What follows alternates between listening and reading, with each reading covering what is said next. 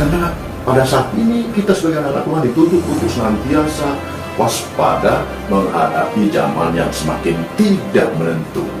Menghadapi zaman yang saat ini banyak informasi masuk dan sebagainya, informasi A, B, dan C, maka kalau kita tidak punya fondasi iman, kita akan gampang goyah.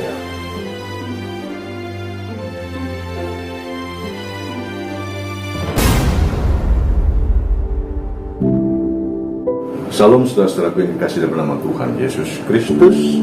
Kembali kita berjumpa di dalam channel pelayanan ini, dan salam persatuan bagi saudara-saudara, salam persatuan tubuh Kristus, dan salam kasih dari kami untuk saudara-saudara semua. Puji Tuhan saudara-saudara, setelah sekian hari kita tidak berjumpa, maka sekarang kita akan berjumpa untuk membahas firman Tuhan. Firman Tuhan yang akan disampaikan dengan sederhana, tetapi biarlah berharap menjadi efek yang luar biasa untuk kehidupan saya dan saudara. Saudara-saudaraku yang kasih dalam nama Tuhan Yesus Kristus, kalau pada pertemuan lalu kita membahas tentang keteguhan Ayub dari satu sisi, dan ada banyak macam, ada banyak karakter Ayub yang perlu kita pelajari, yang kita teladani dari hidup kita. Itulah realita kehidupan kita, bahwa semasa kita masih hidup, maka kita menghadapi ujian demi ujian sebagai anak-anak Tuhan. Tentu manakala ujian itu datang kepada kita dengan bentuk yang tidak mengenakan hati kita, maka kita akan berontak, kita akan berkata bahwa kenapa Tuhan begini, kenapa Tuhan begitu. Tetapi saudara-saudara, kalau kita belajar dari Ayub, maka kita akan mengetahui maksud dan rencananya dalam hidup kita. Puji Tuhan saudara-saudara, mari kita berdoa sebelum kita memulai perenungan firman Tuhan pada saat ini. Bapa kami di dalam surga, terima kasih pada kesempatan ini kami bertemu kembali dalam tayangan channel Rohani.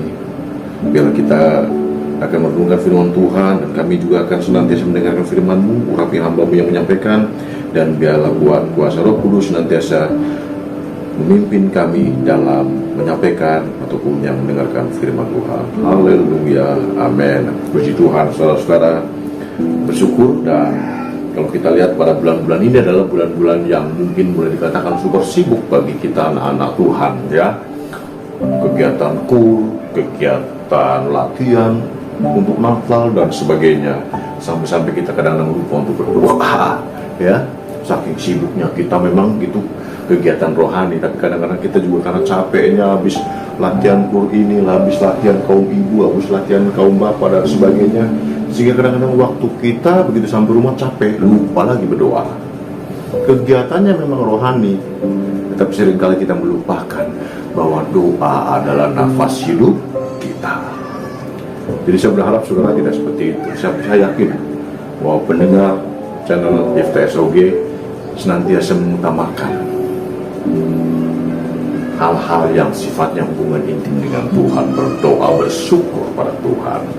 Ya, jangan sampai karena kesibukan saudara dalam menyambut Natal, maka kebutuhan dasar dari rohani kita terlupakan, ya.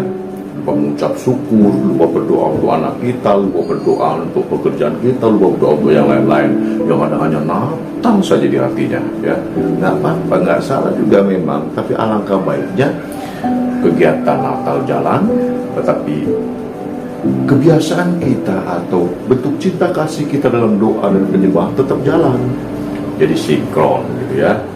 Puji Tuhan saudara-saudara, karena pada saat ini kita sebagai anak-anak Tuhan dituntut untuk senantiasa waspada menghadapi zaman yang semakin tidak menentu. Menghadapi zaman yang saat ini banyak informasi masuk dan sebagainya, informasi A, B, dan C, maka kalau kita tidak punya fondasi iman, kita akan gampang goyah. Ya, ada yang berkata mungkin bulan ini, bulan itu, dan seterusnya, ada terjadi begini, terjadi begini, kita langsung goyah.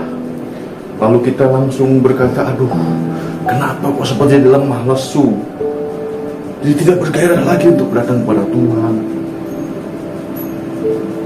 Tapi bagi kita sebagai anak-anak Tuhan, itu dikisahkan dalam Matius pasal yang ke 25. Coba kita akan baca Matius pasal 25 Kita akan baca Matius pasal 25, itu tentang gadis bijaksana dan gadis bodoh. Matius pasal 25 itu yang tentang perumpamaan gadis bijaksana dan gadis yang bodoh. Coba kita akan baca Matius pasal 25 ayat 1 mulai. Pada waktu itu, hal kerajaan surga seumpama 10 gadis yang mengambil pelitanya dan pergi menyongsong mempelai laki-laki. Ya, 5 diantaranya bodoh dan 5 bijaksana. Gadis-gadis yang bodoh itu membawa pelitanya, tetapi tidak membawa minyak. Sedangkan gadis-gadis yang bijaksana itu membawa pelitanya dan juga minyak dalam buli-buli mereka. Tetapi karena mempelai itu lama tidak datang-datang juga, mengantuklah mereka semua lalu tertidur. Waktu tengah malam terdengar suara orang berseru-seru. Mempelai datang, songsonglah dia. Gadis-gadis itu pun bangun semuanya lalu membereskan pelita mereka. Gadis-gadis yang bodoh berkata kepada gadis-gadis yang bijaksana, berikanlah kami sedikit dari minyakmu itu, sebab pelita kami hampir padam. Tetapi jawab gadis-gadis yang bijaksana itu, tidak, nanti tidak cukup untuk kami dan untuk kamu. Lebih baik kamu pergi kepada penjual minyak dan beli di situ. Akan tetapi waktu mereka sedang pergi untuk membelinya, datanglah mempelai itu dan mereka yang telah siap sedia masuk bersama-sama dengan dia ke ruang perjamuan kami lalu ditutup pintunya. Terus kemudian datang juga gadis-gadis yang lain itu dan berkata, Tuan, Tuan, bukakanlah kami pintu. Tetapi ia menjawab, aku berkata kepadamu, sesungguhnya aku tidak mengenal kamu. Terus karena itu berjaga-jagalah, sebab kamu tidak tahu akan hari maupun akan saatnya. ya, perintahnya berjaga-jagalah. Jadi perintahnya adalah berjaga-jagalah. Dikatakan di situ 10 gadis itu sama-sama membawa minyak, sama-sama membawa pelita. Dikatakan di situ ya. Dikatakan 5 di antara bodoh dan 5 bijaksana. Gadis yang bodoh itu membawa pelitanya tapi tidak membawa minyak. Yang cuman perbedaannya dari 10 gadis itu yang 5 membawa pelita dan minyak, yang 5 lagi yang bodoh dia hanya membawa pelita secukupnya saja, minyaknya asal dia nyala sudah, tapi dia tidak membawa minyak. Inilah perbedaannya. Oleh sebab itu, manakala ada kabar tentang mempelai datang dan songsonglah dia kelabakan. Lalu kalau dalam bahasa terjemahan sehari, aku jauh piye, aku harus bagaimana ini? Pelitaku hampir padam. Dia pikir karena lama tidak datang dari tahun berapa Yesus akan datang, Yesus akan datang, tapi tidak datang. Maka gadis yang bodoh itu dia terlena, tertidur. Demikian juga halnya kita sebagai anak-anak Tuhan dalam kesatuan tubuh Kristus seringkali dibuat lelah dengan berita-berita yang mengatasnamakan nubuatan, yang mengatasnamakan firman Tuhan. Tahun sekian, tanggal sekian akan datang dan sebagainya, sehingga kadang-kala kalau kita tidak sadar kita menjadi lelah. Mana yang benar? Demikian juga kadang-kadang pemberitanya tidak bisa membedakan mana halusinasi dan mana itu kuasa Roh Kudus. Kalau kuasa Roh Kudus tentu konsisten, tetapi kalau halusinasi dibungkus dengan kerohanian, maka timbulnya akan menciptakan jemaat-jemaat yang putus asa, lelah, tertidur.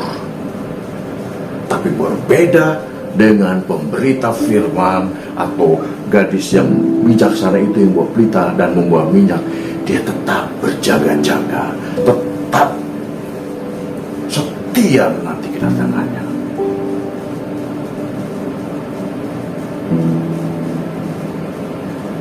Seringkali kita mendapati jiwa kita lelah, rohani kita dibikin lelah dengan kabar-kabar yang sangat spektakuler dan sebagainya, tapi ujung-ujungnya adalah karena halusinasi dan sebagainya. Tetapi firman Tuhan katakan bahwa perintahnya berjaga-jagalah.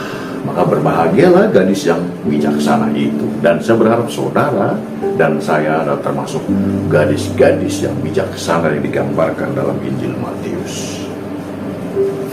Luar biasa saudara-saudara. Memang menunggu itu adalah pekerjaan yang sangat melelahkan. Umpama kita berjanji atau kita dijanjikan sama orang, besok jam 7 saya datang. Tentu kita pinginnya yang terbaik. Kita datang jam 7 kurang seperempat atau jam setengah 7 pagi. Tapi ternyata tidak datang-datang yang menjanjikan itu, yang mau datang itu. Bagaimana kita? Tentu ada perasaan lelah, kesal, mengumpat dan sebagainya. Tetapi saudara-saudara, sebagai anak-anak Tuhan dicontohkan dalam Ayub. Kita akan baca dalam Ayub 23. Ini kenapa saya kok senang membaca kitab Ayub ini, dan semuanya juga senang, tapi dalam Ayub ini banyak pelajaran hidup yang bisa kita ambil. Dalam kesabaran, dalam pendamaian dengan Tuhan, dan dalam pendamaian dengan sesama, itu patut kita contoh. Coba kita akan baca Ayub pasal 23 ayat 1 mulai. Tetapi Ayub menjawab, sekarang ini keluh kesahku menjadi pemberontakan, tangannya menekan aku sehingga aku mengati. Semoga aku tahu mendapatkan dia dan boleh datang ke tempat dia bersemayam. Maka akan kupaparkan perkaraku di hadapannya dan kupenuhi mulutku dengan kata-kata pembelaan. Maka aku akan mengetahui jawaban-jawaban yang diberikannya kepadaku, dan aku akan mengerti apa yang difirmankannya kepadaku. Sudahkah ia mengadakan perkara dengan aku dalam kemahakuasaannya? Tidak, ia akan menaruh perhatian padaku. Cukup dulu. Nah, kalau kita baca di ayat 1 sampai dengan 6, ini adalah perang batin yang dihadapi oleh Ayub. Ya.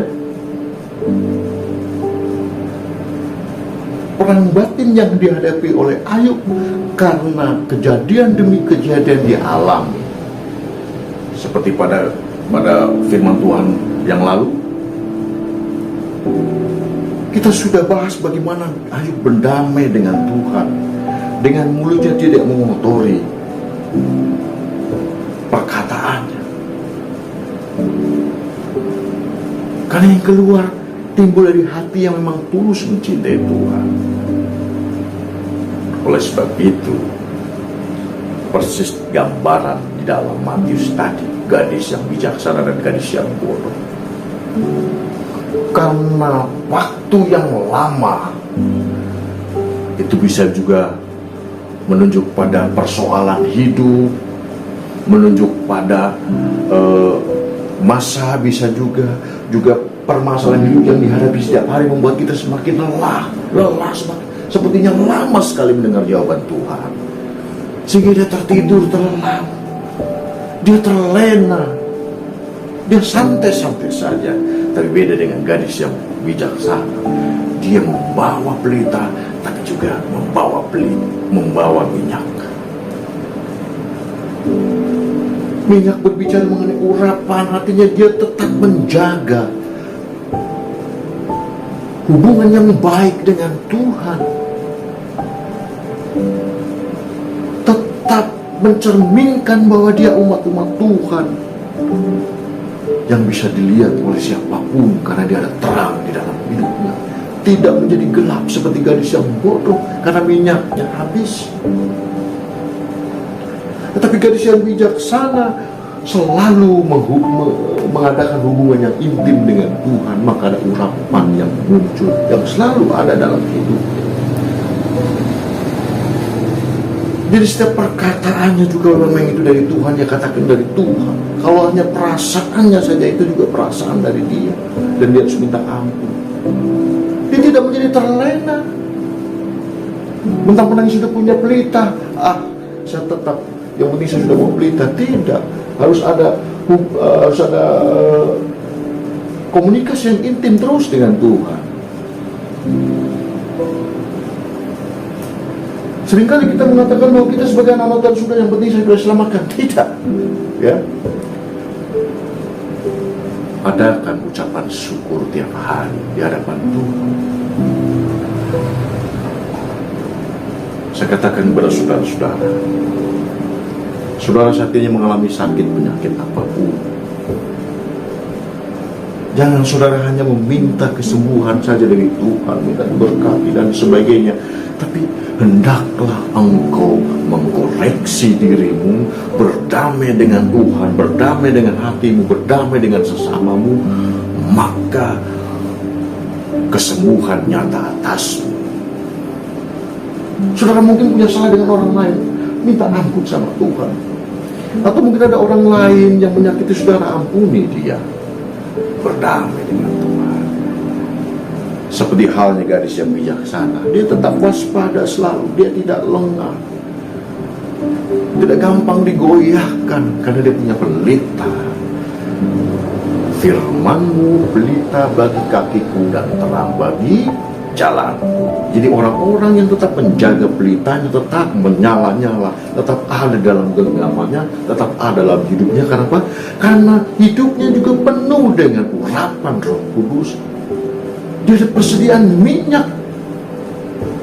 Maka firman Tuhan itu bisa mempribadi di diri saudara dan saya. Saudara bisa merasakan kasih Tuhan yang luar biasa karena saudara juga mempribadikan pelita itu yang adalah firman Tuhan di dalam hidup saudara.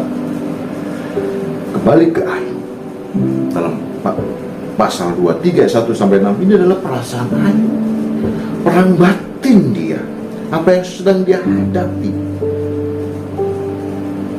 Tetapi karena ini hubungannya dengan Tuhan baik, maka ayat 7-10 coba baca. Orang jujurlah yang akan membela diri di hadapannya, Ya. dan aku akan bebas dari hakimku untuk selama-lamanya. Ya. Sesungguhnya, kalau aku berjalan ke timur, ia tidak di sana, atau ke barat, tidak kudapati dia. Di utara ku cari dia, ia tidak tampak. Aku berpaling ke selatan, aku tidak melihat dia. Karena ia tahu jalan hidupku, seandainya ia menguji aku akan timbul seperti emas. Coba sekarang saya tanya kepada saudara, pada saat saudara mengandalkan kekuatan saudara, apakah ada jalan keluar yang baik? Sudah ke selatan, ke timur, ke barat, ke utara, sepertinya jalan buntu yang dihadapi. Benar kan? Berapa kali saudara menghadapi seperti itu, seolah-olah jalan semua tertutup bagi saudara. Usaha sudah tiba-tiba di cancel, Pak, untuk proyek yang itu kita pending dulu. Berapa banyak saudara yang mengalami itu? Tawaran banyak, sudah negosiasi, ujung-ujungnya cuma PHP. Berapa kali? Oleh sebab itu dikatakan orang jujur yang dapat membela dirinya di hadapan Tuhan, yang memahami, yang berdamai dengan Tuhan. Karena ia tahu jalan hidupku, seandainya ia menguji aku akan timbul seperti perak. Inilah bentuk pendamaian kita. Ujian boleh datang, masalah boleh datang, tetapi dalam hatinya ada positif, berprasangka baik terhadap Tuhan, bahwa semuanya itu adalah untuk mengujiku seperti emas.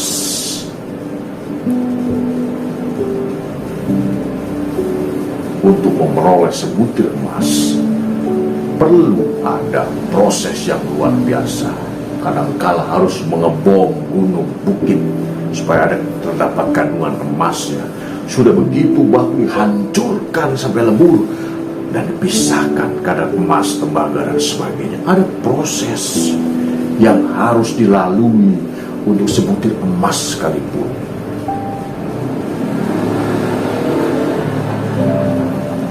Supaya manakala tuannya datang, emas tetap emas, tidak seperti gadis yang bodoh.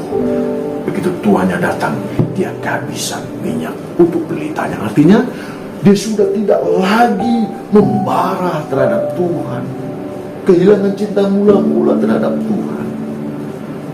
Saudara-saudaraku yang kasih dalam nama Tuhan Yesus Kristus, itulah kenapa Ayub mencontohkan kepada kita, pada saat dia gundah gulana, dari mulutnya pun tidak keluar kata-kata menghujat dia.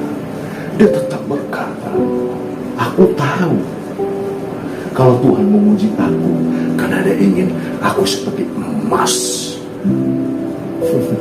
Susah ya memang ya, tapi kita kan sama-sama belajar untuk menteladani ini.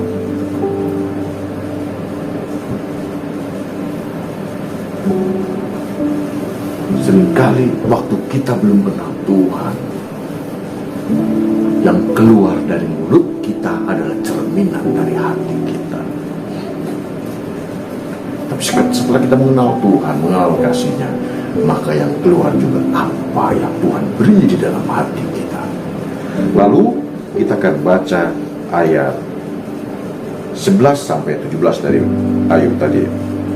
Kakiku tetap mengikuti jejaknya, aku menuruti jalan-jalannya dan tidak menyimpang. Perintah dari bibirnya tidak kulanggar, Ya. dalam sanubariku kusimpan ucapan mulutnya. Ya, Tetapi ia tidak pernah berubah. Siapa dapat menghalangi dia? Apa yang dikehendakinya dilaksanakannya juga. ya, Karena ia akan menyelesaikan apa yang ditetapkan atasku, dan banyak lagi hal yang serupa itu dimaksudkannya. oke. Itulah sebabnya hatiku gemetar menghadapi dia. Kalau semuanya itu kubayangkan, maka aku ketakutan terhadap dia. Allah telah membuat aku putus asa. Yang Maha Kuasa telah membuat hatiku gemetar. Sebab bukan karena kegelapan aku binasa, dan bukan juga karena mukaku ditutupi gelap gulita. Luar biasa. Jadi Ayub mengakui, kalaupun saya harus binasa, tapi bukan karena aku ditutupi dengan kegelapan, dengan dosa-dosaku, dengan perbuatanku. Kalau aku pun tidak ada, biarlah bukan karena aku meninggalkan jejak yang jelek, aib dari hidupku, tapi biarlah karena Tuhan mengetahui apa yang dalam isi hati.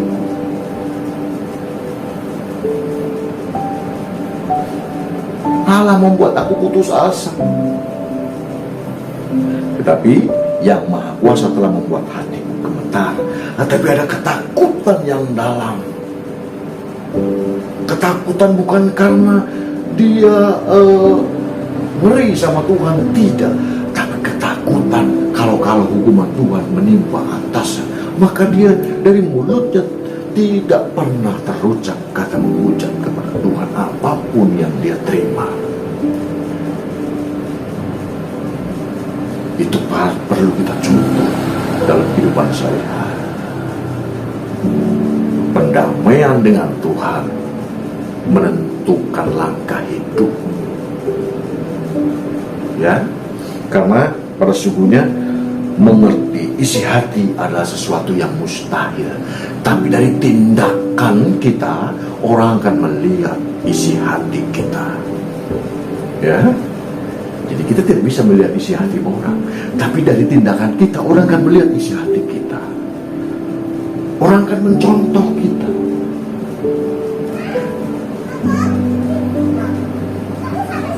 Tuhan tidak pernah mempermalukan umatnya kalau memang itu dipilih sama Tuhan, kalau memang itu dikehendaki oleh Tuhan.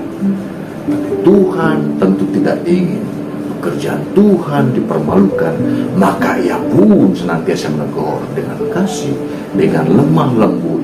Nah, kalau itu tidak diperhatikan, maka Tuhan sudah berkata lain untuk contoh bagi kita yang masih hidup, supaya kita tidak main-main dengan Tuhan. Ya, ada kalanya ujian datang kepada kita pada saat kita hantem. Lalu orang dengan gampang menghakimi kita itu karena kamu kurang berdosa dan kurang berdoa dan sebagainya. Tetapi kalau kita lihat kisah Ayub kurang apa? Tapi karena kasih kemuliaan Tuhan untuk mencontohkan kita generasi sekarang ini, supaya dalam hal apapun dari mulut kita tidak keluar kutuk, tetapi syukur, memberkati orang lain dengan perkataan kita. Kita tidak gampang-gampang mencaci maki orang, karena hati kita dipenuhi dengan firman Tuhan. Kalau orang dalam hatinya dipenuhi dengan firman Tuhan, maka dari mulutnya pantang untuk mengeluarkan kata caci maki, menghakimi orang lain. Tapi yang ada dia justru penuh kasih, lembut, mengajak dia untuk berbalik kepada jalan yang benar. Saudara-saudara yang kasih dalam nama Tuhan Yesus Kristus, biarlah kita menjadi orang-orang yang diumpamakan dalam Matius tadi, orang-orang yang gadis yang bijaksana, siap menerima kedatangan Tuhan, siap menerima firman Tuhan dalam hidup kita, siap menerima resiko apapun yang diberikan oleh Tuhan kepada kita. Seperti halnya Ayub. Dikatakan oleh Ayub, aku ke kanan tidak ketemu dia, aku ke kiri tidak ketemu dia, ke utara selatan tidak pernah ketemu dia. Artinya pada saat kita masih mengandalkan kekuatan kita, maka seolah-olah Tuhan tidak mau ditemui. Demikian firman Tuhan, dan kiranya firman Tuhan ini yang disampaikan dengan sederhana tetapi berharap menjadi berkat yang luar biasa buat saudara. Intinya adalah berdamai dengan hatimu, maka persoalanmu di atas oleh Tuhan. Amin, saudara. Puji Tuhan. Nah, bagi saudara yang mungkin ada beban hidup, ada pergumulan hidup, silakan menghubungi nomor telepon yang ada di deskripsi nanti di akhir video ini, dan saudara supaya mengikuti ini dengan sampai tuntas, supaya tidak gagal paham dan saudara diberkati dengan firman Tuhan itu. Dan bagi saudara mungkin yang mau support pelayanan dalam bentuk apapun, silakan ya, biar kami bisa lebih luas mencakup pelayanan untuk di daerah-daerah dan sebagainya. Silakan hubungi di admin nomor WA yang tertera di bawah ini nanti ya. Puji Tuhan. Salam kasih dalam persatuan tubuh Kristus. Haleluya. Amin.